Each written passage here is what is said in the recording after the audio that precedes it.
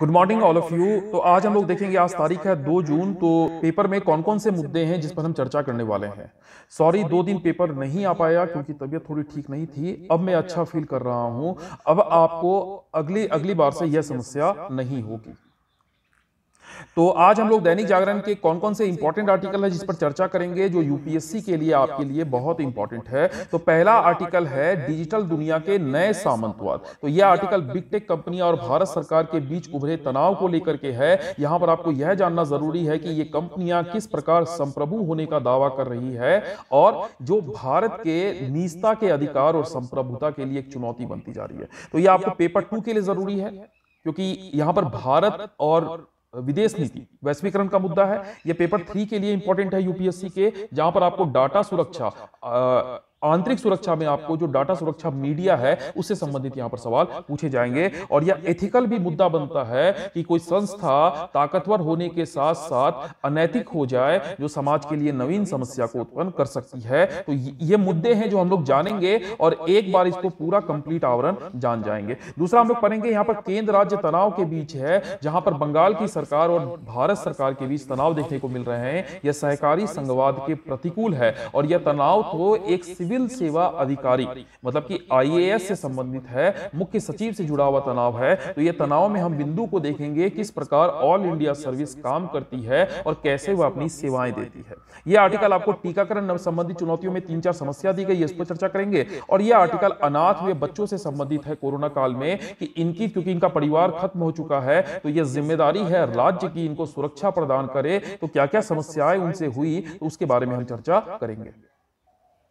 चलिए शुरू करते हैं आज के आर्टिकल से। तो आज क्या बिंदु दिया हुआ है? सेवा स्वयं में पुरस्कार है। तो आपके लिए यह पुरस्कार है कौन? सेवा। क्योंकि हम जब ह्यूमन हैं, मानव हैं, तो मानव के लिए कई सारी क्या है? जिम्मेदारियां हैं और मानव के कई सारे क्या है? अधिकार हैं। अगर आप इस जिम्मेदारियां अधिकार को पूरा करते हैं अपने जीवन में तो आप अपने जीवन को सुरक्षित बनाते हैं और आप अपने जीवन को बेहतर बनाते हैं। तो कहा जाता है कि और जीवन कब बेहतर होता है? जब सेवा भाव को आप रखते हैं, जब आप जीवन में अपने अपने अपने बारे में भी सोचते हैं और इसके अलावा परहित आपके लिए प्राथमिक हो जाता है। और यह सेवा आपको कई पुरस्कार के रूप में आपको रिवॉर्ड देता है और यह रिवॉर्ड समाज में आपको सम्मान मिलता है, आपको पहचान मिलती है और आपको आत्मसंतुष्टि देती है, क्योंकि सेवा एक व्यक्ति को एक आदर्श मनुष्य बनाने के लिए प्रेरित करती है।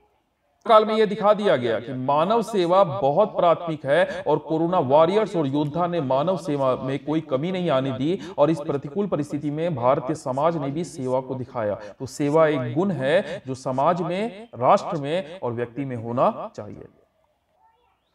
आज ऊर्जा में दिया गया है जीवन की सुरक्षा। तो ये कहा गया कि मानव जीवन एक अमूल्य धरोहर है। तो ये जब धरोहर है तो जीवन में आपको सत्कर्म, संयम और त्याग और तप करने की आवश्यकता होती है। तो यहां पर सत्कर्म की जो परिभाषा दी गई है कि कुछ लोग यह समझते हैं कि केवल पेट पोषण और प्रजनन की क्रिया सबसे बड़ा कर्म और सत्कर्म है। नहीं, यह एक जैविक क्रिया है, यह पशु भी करते हैं। तो दूसरे तर्क कहते हैं कि वास्तव में परहित के लिए किया गया कर्म ही श्रेष्ठ कर्म और सत्कर्म है। जैसे हमने सेवा में देखा, तो सेवा किसके लिए? परहित के लिए। तो सेवा एक कर्म नहीं, सेवा एक सत्कर्म है, क्योंकि यह श्रेष्ठ कर्म है। क्योंकि व्यक्ति यहां पर अंधकार शून्य होता है। क्या होता है? अंधकार शून्य होता है और व्यक्ति अपने जीवन को बेहतर बनाने की दिशा में कार्य करता है।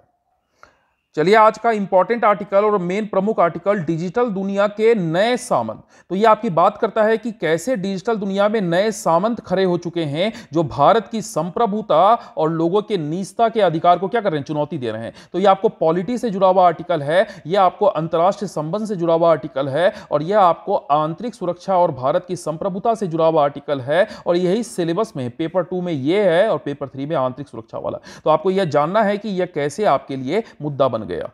तो इसकी कहानी की शुरुआत अगर करें तो डिजिटल दुनिया क्या है कि आज सूचना तकनीकी में क्या हो चुका? बदलाव हो चुका है। पहले लोगों तक सूचना पहुंचने का माध्यम पत्र हुआ करता था और अखबार के माध्यम से लोगों को सूचनाएं दी जाती थी। धीरे धीरे टीवी के द्वारा सूचनाएं दी जाने लगी। लेकिन आज सूचना देने का माध्यम मीडिया हो चुका और यह मीडिया सोशल मीडिया है, यह मीडिया इंटरनेट मीडिया है, जहां लोगों को व्यापक स्तर पर सूचनाएं मिलती है। जब लोगों को सूचना सोशल मीडिया पर मिलती है तो यहां पर सूचना में स्वतंत्रता होती है और सूचना लोगों को विस्तारित करता है है कि लोगों का ज्ञान भारत की भूमि से बाहर विदेश की भूमि तक ज्ञान पहुंचता है और लोगों के सामने सूचना का निरंतर प्रवाह बढ़ता है। एक तरफ सोशल मीडिया ने सूचना के लोकतांत्रिकरण को बढ़ाया और दूसरी तरफ इस सोशल मीडिया में इस डिजिटल दुनिया में कुछ ऐसी कंपनियां और जाइंट खड़ी हो गई जो इस सोशल मीडिया पे क्या कर रही है, रेगुलेशन कर रही है, कंट्रोल कर रही है। ये जाइंट क्या है, जैसे यूट्यूब है, फेसबुक है, गूगल है, इंस्टाग्राम है, आपको दिख रहे इन है। तो ये कई सारे क्या हैं, जाइंट हैं। ये जाइंट्स कौन है, जनरली ये अमेरिकी कंपनियां। कौन है, अमेरिकी कंपनियां। और यह अमेरिकी हितों को पूरा करने के लिए, चूंकि यह कंपनियां पूरी तरह पूंजीवाद से प्रेरित है और यह पूंजीवाद समाज के लोगों की स्वतंत्रता की जगह आर्थिक मुनाफा को प्राथमिकता देता है और यह मुनाफाखोरी की प्रवृत्ति उनके अंदर सामंतवाद की प्रवृत्ति को दिखाती है। यही इस आर्टिकल पर कहा गया है। तो जब ये डिजिटल दुनिया की कंपनियां इतनी शक्तिशाली बन गई तो भारत सरकार ने इसको कंट्रोल करने के लिए एक नियम लाया और यहीं से यह मुद्दा इस साल के लिए उभर गया। तो वो नियम क्या है और यह कैसे ये कंपनियां इसका विरोध कर रही है, तो ये नियम कैसे लागू होने चाहिए, तो ये आपके पास बिंदु हैं जहां से प्रश्न पूछने की संभावना है। तो इस आर्टिकल की हम शुरुआत करते हैं तकनीकी क्रांति से। तो इस तकनीकी क्या होती है, एक क्रांति हुई हमारे सामने कि वह तकनीकी क्रांति थी, वह सूचना क्रांति थी और लोगों का जीवन क्या हो गया, बदल गया। आज से 50 साल पहले ये चीजें लोगों से जुड़ी हुई नहीं थी, इसलिए लोगों का समाज एक छोटा समाज होता था, लोग उसी समाज में रहते थे। लेकिन यह डिजिटल क्रांति ने न सिर्फ समाज की सारी व्यवस्था को बदल दिया बल्कि वैश्विक व्यवस्था को बदल दिया। तो इस तकनीकी क्रांति के कई सारे सकारात्मक परिणाम भी दिखाई देते हैं। तो इसमें कहा गया कि तकनीकी क्रांति ही असली क्रांति है जो समाज में नई विचारधारा, राजनीति और सामाजिक व्यवस्था को क्या देती है, जन्म देती है। और इस तकनीकी क्रांति ने समाज से सामंतवादी व्यवस्था के पतन का कारण बना। इस तकनीकी क्रांति से नए शहर निर्मित हुए, नए कारखाना के स्थल निर्मित हुए, नए नए रोजगार के केंद्र विकसित हुए। इस तकनीकी क्रांति ने आर्थिक शक्ति को ग्रामीण इलाकों, कृषि एवं जमींदारों से उद्योगपतियों और मध्य वर्ग में हस्तांतरित किया। इस तकनीकी क्रांति से आवागमन और संचार के बेहतर साधनों का विकास हुआ। यह समाज में लोकतांत्रिकरण को बढ़ाता है और इसी तकनीकी ने आधुनिक राष्ट्र राज्यों को जन्म दिया और इस आधुनिक राष्ट्र राज्य लोकतंत्र, समानता और बंधुता की विचारधारा पर क्या थे, प्रेरित थे। तो ये तकनीकी क्रांति के क्या है, बदलाव हैं, सकारात्मक बिंदु हैं। तो ये पॉइंट वाइज नोट कर लीजिएगा, ठीक है। फिर इस तकनीकी परिवर्तन, लेकिन आज वही तकनीकी परिवर्तन राज्य सत्ता को कमजोर कर रहा है और नव सामंतवादी व्यवस्था को जन्म दे रहा है, जिसे हम डिजिटल नव सामंतवाद कहते हैं। तो ये सवाल भी पूछ सकता है यूपीएससी वाला कि नव सामंतवादी व्यवस्था ने डिजिटल मीडिया की उत्पत्ति है, कैसे चर्चा करें। तो नव सामंतवाद क्या है कि यह भारत में विशेषता दिखाई देती थी क्योंकि कोई जमींदार पूरे के पूरे समाज पर क्या करता था, नियंत्रण करता था। इस जमींदार के पास आर्थिक शक्ति ज्यादा होती थी और इस आर्थिक शक्ति के कारण वह समाज के केंद्र में होता था और सरकार और अंग्रेजी शासन भी उससे संबंध बनाए रखती थी। इससे समाज पर उसका विश्वास बढ़ता था और गांव के लोग उस सामंत को क्या मानते थे, आदर्श मानते थे और उनके जैसे बनने के लिए क्या होते थे, प्रेरित होते थे। इस सामंतवादी व्यवस्था ने लोगों के अंदर सहने की क्षमता को क्या किया, विकसित कर दिया और लोग इतना सहे, उनका शोषण होता रहा लेकिन वो सहते रहे क्योंकि उसमें धर्म की एक महत्वपूर्ण भूमिका थी। तो वही सामंतवाद का रूप तो समाप्त होता गया लोकतंत्र आने के बाद भारत में, लेकिन नव सामंतवाद का उदय हुआ है और यह डिजिटल मीडिया लोगों को सहने, सोचने, समझने की क्षमता को क्या कर रही है, पूरी तरह दबा रही है। लोगों की एक विचारधारा को बना रही है, लोगों की एक मानसिक क्षमता को बना रही है और यह प्रेरित है, यह प्रायोजित है और यह प्रोपेगेंडा आधारित है क्योंकि यह राष्ट्र और समाज के लिए ज्यादा बेहतर नहीं है। तो ये नव सामंतवाद का रूप कैसे ले रही है कि आज क्यों बोला जा रहा है, क्या सोचा जा रहा है, लोग आपस में कैसे बात कर रहे हैं, सूचना प्रसारण कैसे हो रहा है, सूचना कहां एकत्र हो रही है, उसका क्या इस्तेमाल हो रहा है, व्यापार और वाणिज्य कैसा हो रहा है, इसके लिए डिजिटल नव सामंतवाद कंपनियां निर्धारित कर रही है। दूसरी तरफ आप क्या पढ़ रहे हैं, आप क्या देख रहे हैं, आप कहां जा रहे हैं, आप क्या लिख रहे हैं, इन सब का डाटा भी इन कंपनियों के पास जा रहा है। साथ ही यह डिजिटल नव सामंतवादी कंपनियां अपने निर्मित विज्ञापन दिखाने से लेकर के राजनीतिक प्रोपेगेंडा फैलाने में भी क्या कर रही है, मदद कर रही है। और साथ ही ये कंपनियां भारत के लोगों के सूचना और डाटा का क्या कर रही है, दुरुपयोग कर रही है। और ऐसा कई बार देखा गया कि फेसबुक, व्हाट्सएप जैसी कंपनियों से डाटा लीक हुए, बड़ी कंपनियों को डाटा बेचे गए और भारत के अनुसार, विचारधारा के अनुसार नीति नियम बनाए गए।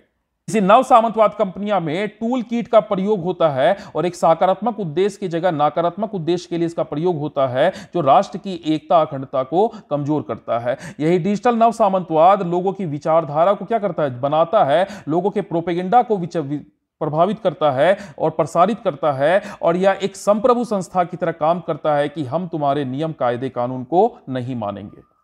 तो ये कंपनियां भारत की संप्रभुता के लिए चुनौती बनती है और भारत की सुरक्षा के लिए चुनौती बनती है। तो इस नए परिस्थिति में 21वीं सदी के भारत में, जहां सारा विश्व कोरोना महामारी से गुजर रहा है, भारत भी इससे प्रभावित है, तो डिजिटल मीडिया भी एक मुद्दा है जिस पर हमें सोचने समझने का काम करना है। तो इसको लेकर के नए आईटी नियम बनाए गए। ये आईटी नियम इंफॉर्मेशन टेक्नोलॉजी इंटरमीडिएरीज गाइडलाइंस एवं डिजिटल एथिक्स कोड रूल 2021।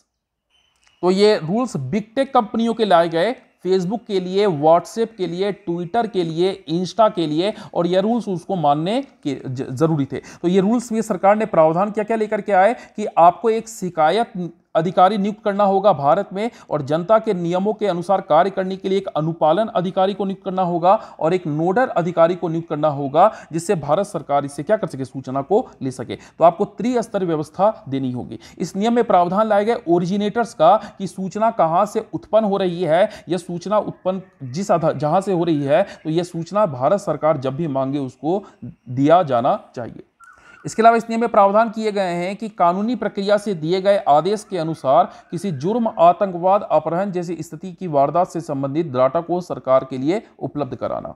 तो इन रूल्स का इन कंपनियों ने विरोध करना चालू कर दिया, यहां तक कि व्हाट्सएप ने दिल्ली हाई कोर्ट में सरकार के इस नियम को क्या दी, चुनौती दी, और कहा कि यह निजता के अधिकार का उल्लंघन है, क्योंकि यह व्हाट्सएप लोगों के एंड टू एंड इंस्क्रिप्शंस की नीति का पालन करता है और वह डाटा को सुरक्षित करेगा, और सरकार को डाटा उपलब्ध कराना भारत के नागरिकों को यह निजता के अधिकार का उल्लंघन है। एक तरफ ये कंपनियां मनमानी कर रही है, दूसरी तरफ भारत के ही नियम, कायदे, कानून का क्या कर रही है, उल्लंघन कर रही है, जो भारत की संप्रभुता के लिए अच्छा नहीं है। साथ ही इन कंपनियों के व्यवहार को आप देखेंगे तो ट्रंप के विरुद्ध चुनावी माहौल बनाने में भी इन कंपनियों ने महत्वपूर्ण भूमिका निभाई थी। साथ साथ गूगल ने ऑस्ट्रेलिया जैसे विकसित देशों को गंभीर परिणाम भुगतने और व्यापार निषेध की धमकी दी। ऑस्ट्रेलिया गूगल को मनमानी रोकने के लिए कानून बना रहा था, इसके लिए वह गूगल ऑस्ट्रेलिया पे दबाव बनाया। तो देखिए कि यह कंपनियां राज्य को क्या कर रही है, राष्ट्र राज्य को प्रभावित कर रही है, दबाव बना रही है, और कहीं ना कहीं राजनीति और चुनाव व्यवस्था को बदलने में भी इन कंपनियों का योगदान रहा है। और भारत में भी कोई ऑफिस और अनुपालन अधिकारी इनका नहीं है, यह टैक्स देने से बचती है। ट्विटर जैसी कंपनियों ने मात्र पिछले साल 15 लाख रुपए टैक्स दिए, और इस बिग टेक कंपनियों ने भारत के आईटी नियमों का पालन करने से क्या कर दिया, इनकार कर दिया। और इन कंपनियों ने कहा कि यह अमेरिकी जैसी देशों की संस्थाओं से, हेडक्वार्टर से चलती है और वहां से इस तरह के कोई निर्देश उनको नहीं आए। मतलब क्या, ये कंपनियां कर रही है भारत में काम, पैसे भारत से कमा रही है, लेकिन सुनती है अमेरिका में बैठे कंपनी के अधिकारी से, यह भारत के लिए अच्छा नहीं है। तो इसका समाधान क्या है? समाधान यही है कि जो टेक कंपनियां भारत में काम कर रही है, तो उसको ये नियम, दबाव बनाया जाए कि ये नियम पालन करे, और साथ साथ ये टेक कंपनियां विदेशों में क्या कर रही है, उन नियम को पालन कर रही है, अमेरिका और यूरोप के देशों में, और भारत में भारत सरकार के नियम का पालन नहीं कर रही है। तो ये दोहरा रवैया है। तो इसको विकसित देशों से इन पर दबाव बनाया जाए, और अंतिम इसका एक ही समाधान है कि हमें आत्मनिर्भर की ओर बढ़ना होगा और भारत में स्वदेशी टेक कंपनियों को प्रोत्साहन देना होगा, ताकि भारत के लोग भारत की कंपनियों से जुड़े और सूचना संसार का माध्यम भारत की कंपनियां बने। तो यह समस्या क्या हो जाएगी, पूरी तरह सॉल्व हो जाएगी। तो इस आर्टिकल में आपको जानना क्या क्या है, तो ये डिजिटल टेक कंपनियां किस प्रकार का व्यवहार कर रही है। एक वो है कि नव सामंतवाद का रूप ले रही है। फिर आपको ये जानना है कि सरकार ने इसको कंट्रोल करने के लिए रूल्स लाया, तो उसमें क्या प्रोविजंस हैं। फिर जानना है कि इन रूल्स का ये कंपनियां क्या कर रही है, विरोध कर रही है। फिर इसके साथ अभी ये जानना कि भारत सरकार इस रूल्स को पालन कराने के लिए उन पर लगातार क्या बना रही है, दबाव बना रही है। अब वो उनके रुख क्या हो गए, नरम हो गए। फिर आपको जानना होना चाहिए इसका अंतिम समाधान क्या है, और इस समाधान के लिए हम लोग, ठीक है, दो पॉइंट्स पर हमने चर्चा की। तो इस पर एक बड़ा आर्टिकल, कंप्लीट आर्टिकल जल्दी इसको मैं डाल दूंगा। कोरोना काल में कई सारे बच्चे भारत में अनाथ हो गए और इनकी संख्या 10,000 के आसपास है। ये सरकारी आंकड़े हैं और वास्तविक आंकड़े इनसे भी ज्यादा है। अकेले रह गए मासूमों के जीवन में सामाजिक पारिवारिक अकेलापन ही नहीं, आर्थिक, मनोवैज्ञानिक और भावनात्मक रूप से अनगिनत समस्याएं आ गई है, क्योंकि यह पहले किसी के सुरक्षा में थे, अब वह सुरक्षा क्या हो गई है, खत्म हो गई है। और दूसरी तरफ समाज में ऐसे स्वार्थी सोच और आपदा में अवसर खोजने की विसंगति हमारे समाज का दुर्भाग्यपूर्ण सच है। और यह ऐसा भी हो सकता है कि इन बच्चों का यहां पर शोषण होना चालू हो जाए। तो इस परिस्थिति में सुप्रीम कोर्ट ने कहा था, निर्देश दिया था कि राज्य सरकारें महामारी में अनाथ हुए बच्चों की जरूरतों की देखभाल और अपने माता पिता या फिर कमाने वाले परिजन को खो चुके हैं तो राज्य इनकी पहचान करे और इनको क्या करे, सुरक्षा प्रदान करे। और दूसरी तरफ अब केंद्र सरकार ने निर्देश देकर आए हैं कि इनको निःशुल्क शिक्षा दी जाएगी, इनको मासिक भत्ता दिया जाएगा और स्वास्थ्य बीमा समेत 10 लाख रुपए का फिक्स डिपॉजिट का प्रावधान है। और जो 10 साल के कम उम्र के बच्चे हैं उनको नजदीकी केंद्र विद्यालय या निजी स्कूल में दाखिला दिया जाएगा, और जो 11 से 18 साल के बच्चे हैं उनको सैनिक स्कूल या नवोदय विद्यालय में जैसे प्रवेश दिया जाएगा। तो कहीं ना कहीं सरकार इसकी अभिभावक की भूमिका के रूप में बने और यह प्रावधान न सिर्फ होने चाहिए बल्कि क्रियान्वित भी होने चाहिए, क्योंकि यह भारत के भविष्य की सुरक्षा का मामला है। नहीं तो यही बच्चे अपराधी बन जाएंगे और भारत की एकता और अखंडता को चुनौती देंगे। तो समाधान पहले ही कर दिया जाए, तो इनको सुरक्षित कर दिया जाए, इनको शिक्षा दे दी जाए, तो इनका जीवन भी बेहतर होगा और राज्य की कल्याणकारी जो उद्देश्य है वह भी पूरा होगा। तो यह कांग्रेस के रणदीप सिंह सुरजेवाला का आर्टिकल है। तो इसमें कुछ बिंदु इंपॉर्टेंट है। कटघरे में खरी टीकाकरण नीति, तो टीकाकरण नीति में क्या क्या समस्याएं हैं, तो जो समस्याएं इन्होंने मेजर चर्चा की है वह समस्या यह है कि यह डिजिटल डिवाइड पैदा करता है, क्योंकि कोविन ऐप पर ऑनलाइन रजिस्ट्रेशन अनिवार्य कर सरकार ने शहर और गांव और अमीर और गरीब के बीच डिजिटल डिवाइड पैदा किया है। क्योंकि जिन अधिकांश लोगों के पास स्मार्टफोन नहीं है, अगर स्मार्टफोन है तो इंटरनेट की पहुंच न के बराबर है, और भारत में 23% लोग तो निरक्षर भी हैं। तो उन लोगों का क्या, जो लोग इनमें रजिस्ट्रेशन नहीं कराए जा सकते। दूसरी तरफ टीके की जो नीतियां हैं वो जन विरोधी है, वह एक नहीं है। एक राष्ट्र और एक नीति होनी चाहिए। एक राष्ट्र में अलग अलग नीतियां क्यों? क्योंकि वह उसके लिए जो देश के लिए संजीवनी है और सभी लोगों के लिए बहुत जरूरी है।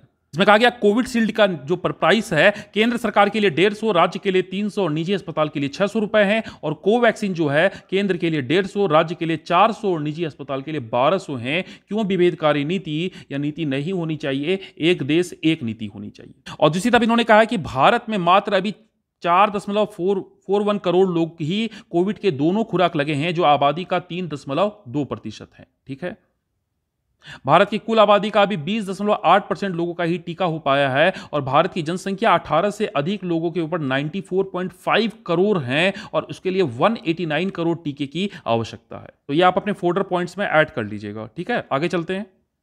यह आर्टिकल एक इंपॉर्टेंट आर्टिकल है, क्योंकि यह ऑल इंडिया सर्विस से जुड़ा हुआ मुद्दा है कि भारत में ऑल इंडिया सर्विस की नियुक्ति कैसे होती है। और भारत में ऑल इंडिया सर्विस को लेकर के, चूंकि यह इसकी सेवाएं और शर्तें केंद्र डिसाइड करती है, जबकि ये अपनी सेवाएं सेंटर को भी देती है और स्टेट को भी देती है। तो ये प्रोविजंस क्या है, और ऑल इंडिया सर्विस को लेकर के मुद्दा क्या क्या है, कि यह मुद्दा महत्वपूर्ण है कि जब ये राज्य के लिए सेवाएं दे रही है तो केंद्र को यह अधिकार है कि यह वहां पर उसको केंद्र पर बुला सके, और अगर नहीं वह आए कि राज्य इसको मानने पर राजी ना हो तो क्या केंद्र को अधिकार है कि वह राज्य के विरुद्ध कार्रवाई कर सकता है, उस अधिकारी के विरुद्ध कार्रवाई कर सकता है। तो यह आर्टिकल थोड़ा सा तकनीकी है, लेकिन इसको समझना जरूरी है, क्योंकि आपके सिलेबस में क्लियरली यह मेंशन्ड है पेपर 2 मेंस में।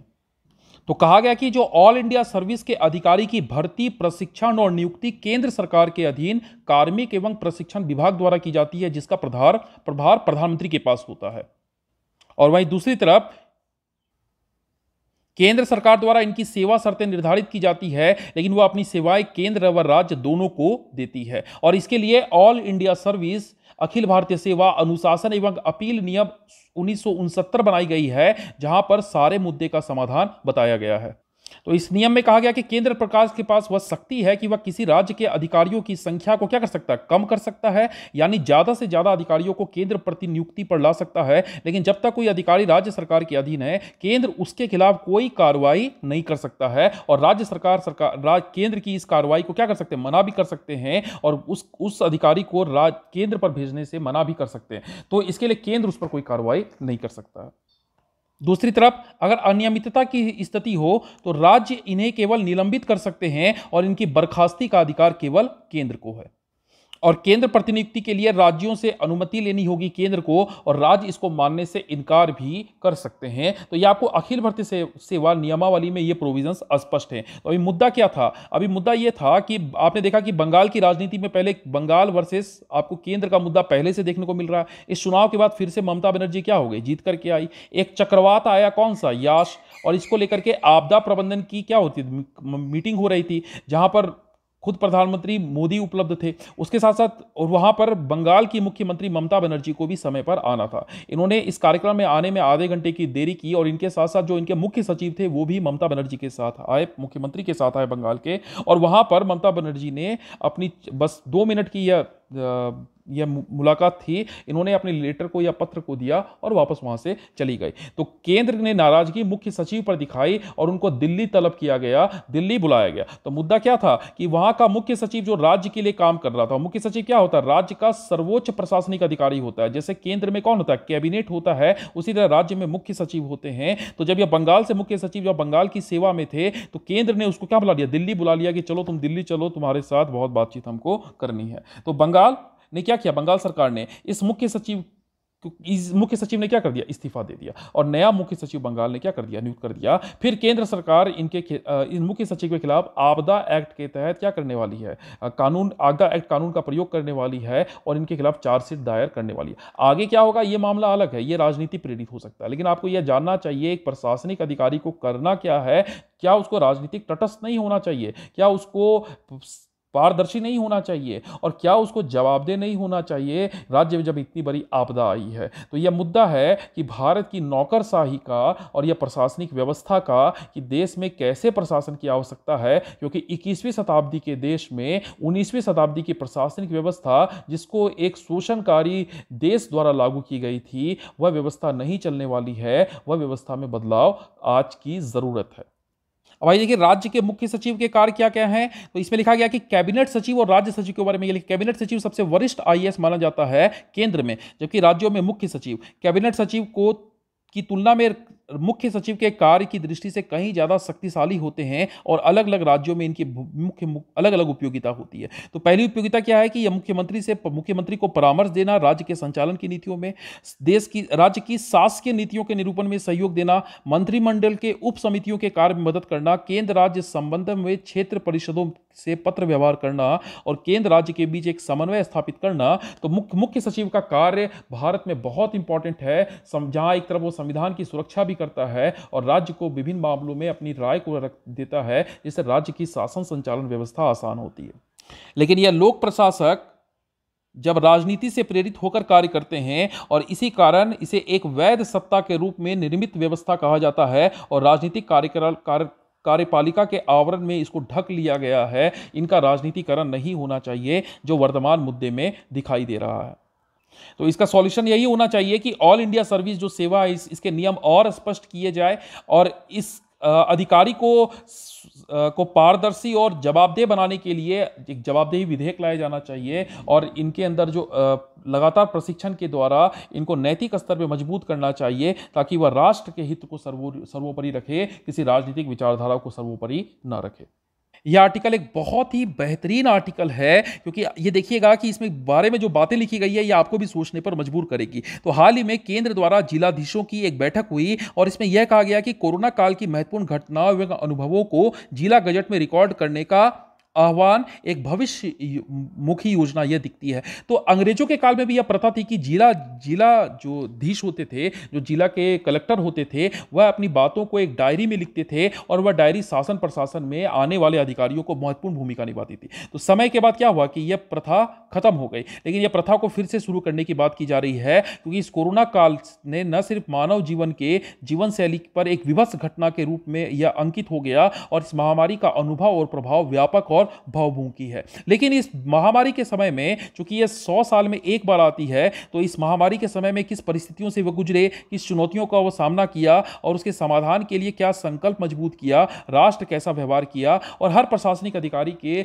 हर जिला अधिकारी के अपने अपने क्या है अनुभव है। तो वो अनुभव को अगर डायरी में लिखेंगे उनसे कई सारी गलतियां भी लिखी जाएगी, कई सारे उन्होंने अनेक अच्छे काम किए उसके बारे में लिखा जाएगा। तो भविष्य में जो आने वाले अधिकारी हैं उनके लिए ज्ञान का स्रोत होगा कि कैसे एक बड़ी समस्या को संभाला जा सकता है, क्योंकि यह अनुभव अमूल्य संसाधन हो सकते हैं और कुछ ऐसे अनुभव देशव्यापी रहे हैं जिसमें सहयोग एवं व्यवधान दोनों ही शामिल है, और साथ ही यह विवरण अधिक यथार्थवादी व उपयोगी होगा और राष्ट्र के लिए संसाधन भविष्य के लोगों के लिए बहुत काम आ सकता है। फिर इसमें कहा गया, स्वतंत्र भारत के इतिहास में जितनी भी आपात स्थिति देश के समक्ष आई है वे देश के दुश्मनों के साथ युद्ध के समय की रही है, और इस देश का एक गौरवमय इतिहास रहा है कि हमने आपात स्थिति में हमेशा एकजुटता दिखाई, चाहे वो युद्ध हो, भारत पाकिस्तान, भारत चीन हो, या वो भारत का आंतरिक युद्ध हो, या भारत में अकाल की स्थिति पड़ी हो। हर परिस्थिति में भारत के लोगों ने अब उस परिस्थिति से बहुत मजबूती से लड़ा है। लेकिन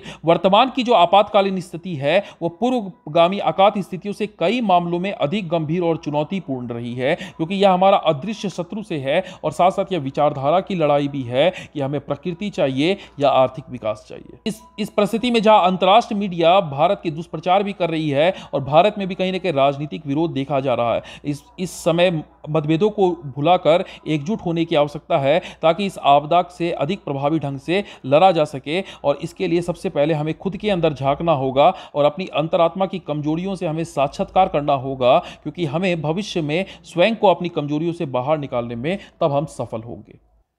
तो थैंक यू। आज के डिस्कशन में इतना ही है, मिलते हैं कल।